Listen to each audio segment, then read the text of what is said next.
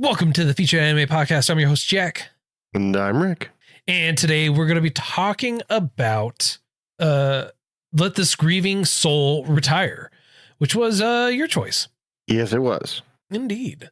But before that, we were just having fun listening to a couple of previews for some songs and asking some question like, what would you do under a very particular circumstance? If you want to hear what that circumstance is, and as well as hear all the other wonderful tidbits and goodies that have been going on in there, go ahead and check us out at patreon.com/featured anime podcast. $1 a month will get you access to that bonus content and more. And now let's also talk about Tokyo treats, which are delicious. They're wonderful. They're amazing. And honestly, I can't get enough of them. Every time I get them, my diet goes out the window because they're delicious. And my wife pokes fun at me because I sit on the couch eating that whole box, like it's a bowl of popcorn. If you want to get yourself some nice, wonderful, delicious, tasty treats, you can go to our affiliate link in the show notes and use coupon code Featured Anime. Save yourself $5 off that very first box. And trust me, the treats are worth it. And then we also have some wonderful affiliate links in there for you for Crunchyroll as well. If you click those links, you buy something off one of them, you save a little bit of money, or you get yourself a week free trial on the other link down there, and help support us, help us grow. And of course, everything else can be found on our website at featuredanimepodcast.com. And now on to the me and brotatoes. Let This Grieving Soul Retire is a 13 episode anime that aired from October 2024 all the way through December 2024. Produced for it Tokyo MX, Avex Pictures, Saber Links, just to name a couple. Studio for it is 0G. It's based off of a light novel. The genres are action, adventure, and fantasy, and comedy. So, what Let This Grieving Soul Retire is about? It follows Cry largely and his journey through everything, having to deal with everything in the regards of being a clan boss.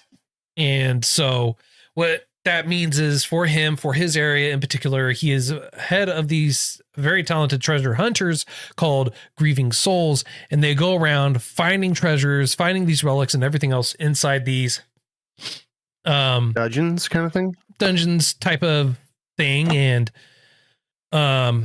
he's basically just pretty largely, from what I can tell, spent most of his life trying to get out of it and just trying to get away from it, but he's being drug into it and forced into it. And he is a victim of happenstance. Everything he does, says, and do isn't necessarily because he wants to, but because he wants to, but because it ends up happening that way. Largely. It's unfortunate, but kind of funny. Kind of funny. Yeah, I don't think he personally has gone into a raid or a dungeon by himself in a very long time. And if he does, he's got so many safeties on him that it's laggy. It's got so many safeties on it that it's almost a cheat in and of itself, you know? Yes. So yeah, no, when that was going on, what the primary premise of Cray is he is actually really, really weak. He has no power. He basically focuses strictly on relics, and there's very few talents he actually has. He just wants to straight up quit. He wants to be done with it altogether, but everything ends up happening or working out to his benefit. So take what happens with Overlord Ainz, right? Everything just is happenstance for him for a majority of it. Well, this is the exact same thing, kind of. Like he ends up falling into it, or everyone just reads into what's not there, like how everyone else reads into Ainz's like things. It's the exact same thing for him. His genius. Yeah, he's winging everything, has no idea what the hell he's doing, but it just ends up happening that way, sadly. Winging a prayer, if that. Yeah. It's gold. It's nice. It's funny. It's cute. It's a good time. I personally feel like there's a lot that this anime has to offer, and I am kind of here for it, if I'm being honest. Like the way that everything kind of fits. His smallest. So what Ainz will do is he'll say something, and it's kind of profound, and it's wide arcing and wide arching, and it makes so much sense for a grand scheme. Whereas Cry wants to go away and shirk responsibility, and people just his luck skill is maxed. Everything else is sorely lacking. Well, I'll give you an example. His luck, it's not just his luck. His luck is maxed, but his provoke and persuasion's also maxed out too. You know, because he's able to provoke people, and then he's also persuasion. Yeah, provoke and persuade, and it's just next level. What's even better is there are people that have never met him or anything like that, and they straight up call him out. They straight up call it out for what it is. They're like, bro, you are weak. You don't know jack squat. You are this, you are that, you are this, you are that. And it's 100% true. They nail it on the head. But because of circumstance, it ends up like, I should have never questioned your greatness. I am so sorry. Please, please allow me to kiss your boots. Allow me to bask in the greatness that is you, is what ends up happening. Yeah, like everyone, to your point, a lot of people are like, he's a god in disguise. He does things that we can only dream of. He sees things that no one else can see. He does things. He moves behind it. He's called 1,000 Tricks because it sounds like he's giving you this insane ultimatum, but in reality, well, it's not even just giving that. you this gift. Yeah, it's not even that, right? It's, oh, he's got 1,000 tricks, 1,000 things to lead him along the way. And then it's like, oh, this must be one of his famous 1,000 trials. He picks, and what they do is, oh, he just scrolls through a stack of papers. He's like, oh, level 3, I'll take this one. And then the guild master goes, oh yeah, totally. Of course he's going to choose the strongest one, the most dangerous one of them all. Of course he's going to do this. And then unrelated other, like, this is the safest thing. And then he sends like someone else in there completely, and it's like, oh yeah, no, you guys are going to do this haphazard. And all the way through, this is a test. He already planned everything out. He knew this would happen. Everything else, nope, totally winging it. Then he goes there because he feels bad. He's like, oh, I should have read the papers a little bit closely. I don't want them to die. Shows up there. Oh, he's here because he knew we would fail at this point. That's why he got here. It's time after time after time. It is a point to where he shows up and it goes, oh, oops, sorry. Hey, keep an eye out for this. Oh, might not be a good idea to do this. I wouldn't do this. Completely unrelated to what he's thinking. But it ends up working out to where if they didn't do what he said, or if they did exactly what he said, or took his suggestion to heart, it would have played out a lot better than what it did. Mm-hmm. I think my favorite version of that was, you probably shouldn't bring weapons. And then the guy brings a weapon and it destroys everything. And he's like, oh, he knew. I wish he would not. I wish he would just tell me his blatant things and not give me these so convoluted suggestions. And yeah. He's so ahead of us. He's so smart. He's so this, he's so that. And he just, it was a test and I failed. Meanwhile, this is the top tier best dude you could possibly hope to find, and he's over here not only doubting his own ability but praying that he gets a second chance to rectify his error. You're like, okay, buddy.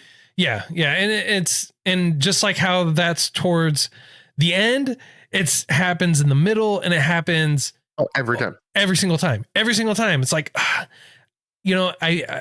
I shouldn't have doubted, or I should have heeded. I should have looked into this, or like he didn't even think something would take like arc, which is honestly the second strongest guild out there, right?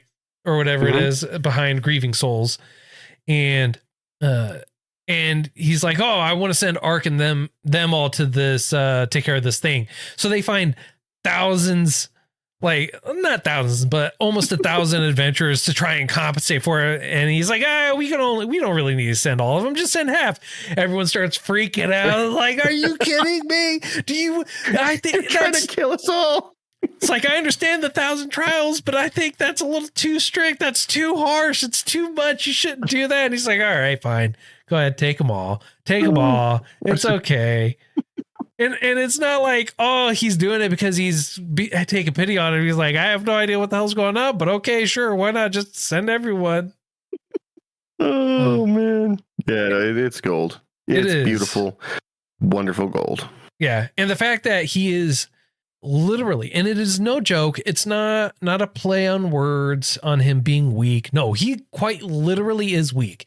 He is slower than Tino, which is one of the weakest constant characters in the series, where they are there pretty much throughout the whole season, right?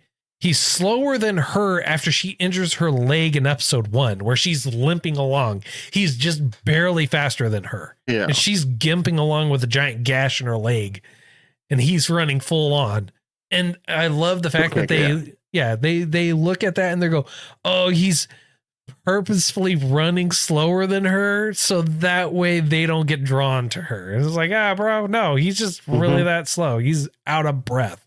He is weak. He has no strength, no stamina, no nothing. Everything he ends up doing is pure coincidental, and it is amazing. I love it. Even for the most minute or small things, right? Like his Lucia, the girl he always has recharged his relics, because when you use relics, you have to be recharged. He doesn't think about how hard or strenuous it is. He doesn't think about how much endurance or pain it takes for someone to actually do it. No, he's just like, oh, I only trust her to do it. And all of a sudden everyone's like passing out from trying to refill the relics. And he's like, oh, this is part of your training. It's totally part of your training. Yeah, totally. This is it. It's just oh, and there's so many people there that are just, I'm going to say evil would be a good way to describe them.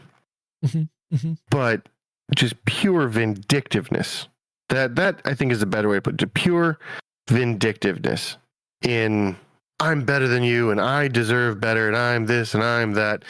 And of course you have like his friends who are all thinking that they're weak. You can't say that, man. You can't say that and then not provide context. Like, what are you talking about? Vindictive. Okay. So, like, oh, you have these people that are vindictive, and then you have his friends. It's like, you can't do that. You can't shift gears. Give me context. What are you talking about here?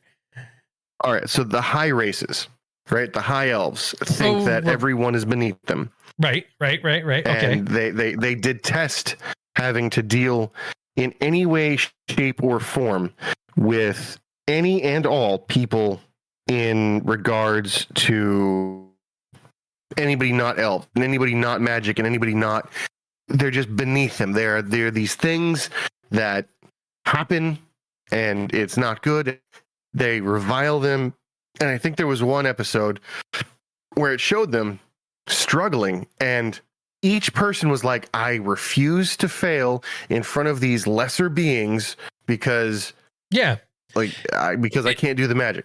Yeah, well, it's not because they can't do the magic. It's because they were refilling the relics, right? And which is what I was talking about. Yeah.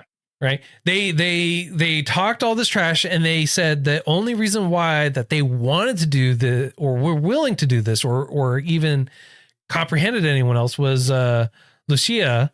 And then when they found out that Lucia was always doing it, and they were given an explanation on it, right? It's like and the explanation is pretty short, simple, but it's straight to the point. So there's not a lot of drawn out, like long, elaborate explanations, which I really loved about the show. Is there's no super long or elaborate explanations. It's straight to the point, easy to understand. easily digestible. And it was like that for this too, to where you could understand what was being said. And that's where those high elves were really brought into it, because they're like, oh, he trained Lucia like this. The reason why she has such a massive amount of magical potential and magic power is because he trained her like that. And she had to do this because it takes so much magic power to refill relics that it's ridiculous. And it was blowing people away because it basically drained all their magic just to refill everything, one relic. And so the struggle that you keep going back to after they find out about this and they're doing it, and it's not just like one or two. No, it's an entire giant bag full of relics. Like just think Santa Claus, but just full of rings and jewelry. Yeah. Where they're filling all of those up for it. And so it's being brute forced for them to do it. And it's not like they're being taught this for free either. They're paying for the privilege of being trained this way, right? Normally it costs money to recharge a relic. Instead, no, it's like, hey, you get to train train our way. So you're going to pay us for this privilege of recharging his equipment. Oh, and it was sick. It was deranged. Because you got the alchemist there who's experimenting on these people, who's like, just drink this. It'll refill your thing or make you think it's refilled. And you could just totally tell that this is all experimental stuff. It's not regulated. They're just like, oh, you're empty. Try this. Does that work? Okay, that does this effect. She's just researching using these people as research subjects. So his 1,000 trials is him getting a recharge. Yeah. And he's being driven by survival of the fittest. Problem is, he's not the fittest. He's the luckiest. So the alchemist, I forget what her name is. I remember what her alias was, but I don't want to reveal that because that'll kind of do a spoiler. But the alchemist gives him this little fluffy dog looking thing. And the dog's wagging his tail, all happy to see. He's like, oh, it takes after you. And every wag of the tail breaks one of his barriers. And he goes, that's enough damage to kill me. That's enough damage to kill. I got to give this dog back. I got to give this back. I can't hold it. Just him wagging his tail is enough to kill me. And I just lost 5 layers of my 17. And it's just hilarious the way that his whole motivation is brought upon because he's in debt. Like his whole thing is, I'm just trying to make enough so that I can buy all the shiny stuff I want. And he's already in debt because he's spent more than he earns, which is considerable, on relics because he likes relics. He sees them all and they're all pretty and they're all this and they're all that. And he just wants more. So his whole story arc essentially is him in debt, but still wanting to buy more relics. Yeah. Yeah. Yeah, and it's not a tiny amount that he's in debt to. When you find out how much he's in debt, oh no, it kind of hurts your soul to a new degree, where you're just going, oh, why? Well, like why are you in so much debt? No, more like how? Who did he borrow from? Who was willing to? Oh no, you know that. No, you know exactly. Oh, you know who exactly, but when you find out, like when you first are told, his assistant's like, so how much do you owe? He goes, he starts counting on his fingers. You're like, okay, it's not that much. And then he's like, it's this much. And they're like, okay, yeah. Wait, one more time. How much? Yeah. And it's not even that it's not even that he counted it out. He was told how much he owed. And he goes, so I'll pay you back. I'm sorry. And what's even better is the ultimatum that he's given. It's like, hey, I'll wipe out your debt. Here's your 3 options, right? Here's option 1. Here's option 2, option 3. And it's not really 3 options. It's like, hey, you have one option or the other option. So you take your pick, right? And he thinks about it too. He's like, option 2 or 3 really isn't that bad. You know, I mean, it's bad to him. Don't get me wrong. Like in his own mind and the way he's positioned it, he's also aloof beyond. Yeah. Beyond, he's main character aloof. He's got girls fawning all over him, tripping over themselves just to be in his presence, and he doesn't see it. He doesn't recognize it as anything beyond they like me because of my position. Yeah. And talk about falling upwards. The Grieving Souls. The reason why he created that guild name is because he wanted it to be rejected. And then his whole crew was like, that's an awesome name. Well, it's not even that he wanted it. It's not even that he wanted it to be rejected. He wanted it to be rejected so that way he could just leave. So that way he could just, no longer be a part of it. It's like, oh, well, I was really hoping for this, but I guess I'll just leave. Deuces, guys, figure it out on your own type thing. Yeah. And it's like, no, like straight up next level. It's like, no, totally. I love it. And then same thing with how the masks came into place. It's like, they're unique. Yeah. And it's the reason why they're unique is because, well, he forgot to put eye holes in them. He forgot something. Yeah. He forgot something very important. But again, it was taken upon his friends as a challenge, as a 1,000 trial. They're harsh, but you become better afterwards. Yeah. And now they wear it all the time. It looks cool, and they wear it all the time. And they get to a point where it doesn't matter if they're wearing it or not.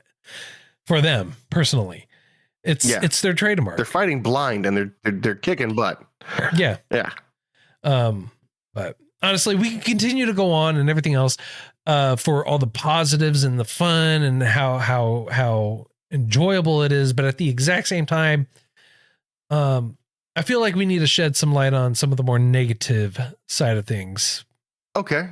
Well, okay. Before we do that, I got one more good thing. I got one more, and then we can throw some negatives out there. Okay. So the one more good thing is his motivation to me is incredibly relatable. And not the I want to retire, I'm tired, I'm this. No. He grew up with his childhood friends, and they all became adventurers, except for him. Everyone is crazy powerful, and he recognizes it. And the reason why he wants out, it's dangerous. Yeah. And any normal person, like let's say you and I were to do this, and all of a sudden you're Superman, and I'm like, he is the highest ranked out of everyone. Everyone, even the guild master, because they'll keep crediting him stuff. Yeah, even the guild master is a level 7, and he's a level 8, and one they guy call him the closest to level 10. Yeah, and one guy straight up points out the exact circumstances. He delegates everything to everyone else, and he only got to that level due to others, not because of his own strength. And it's 100%. The only thing that he got wrong is he didn't do it and get there willingly. He was forced. They keep dragging him up. But I mean, like, it'd be like if you and I were to do this, and all of a sudden you're Superman, and I am just some rando on the street, and we're in a guild together. We're a team. And you think that I'm pushing you to be better, and I'm just like trying not to die. And then you're like, it's all because of Rick. He's the one that did this. Well, he deserves all the credit. I have a better idea, right? Think King, right, from Saitama from One Punch Man, and Saitama is the one that's actually doing all the work. King keeps getting all the credit, and Saitama's just like cruising along. He's like, I don't care, bro, just moving along, just like la la la la. Yeah. All of a sudden, boom, boom, boom, and King's all of a sudden the top tier guy. He's like number 1. Yeah. Yeah. So it's just that's a very good analogy. Yeah. So. I mean, it's understandable he's trying to get out, but at the same time, he's stuck because everyone thinks he's just this amazing. And the last thing, I promise, last good thing.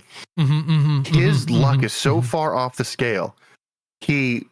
One of his feats, one of his amazing insights, let's call it, he wanted to celebrate with everybody.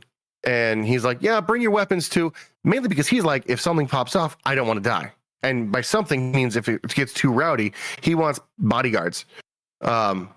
unknown to him, he's toasting everybody. And behind him, he's like, let's make this a great year. Yeah, let's go forward and fight. And behind him, a dungeon materializes. And everyone thinks he knew it was going to happen. And he planned it. And he like, bring your weapons because we're going to go raid together. And just coincidence is his friend. And it's awesome. It is. So, it is. Anyway, the bads. All right. The bads. Do you want to start with the bads or you want me to? Go ahead. All right. So I only have maybe 2-ish, maybe 3 bads.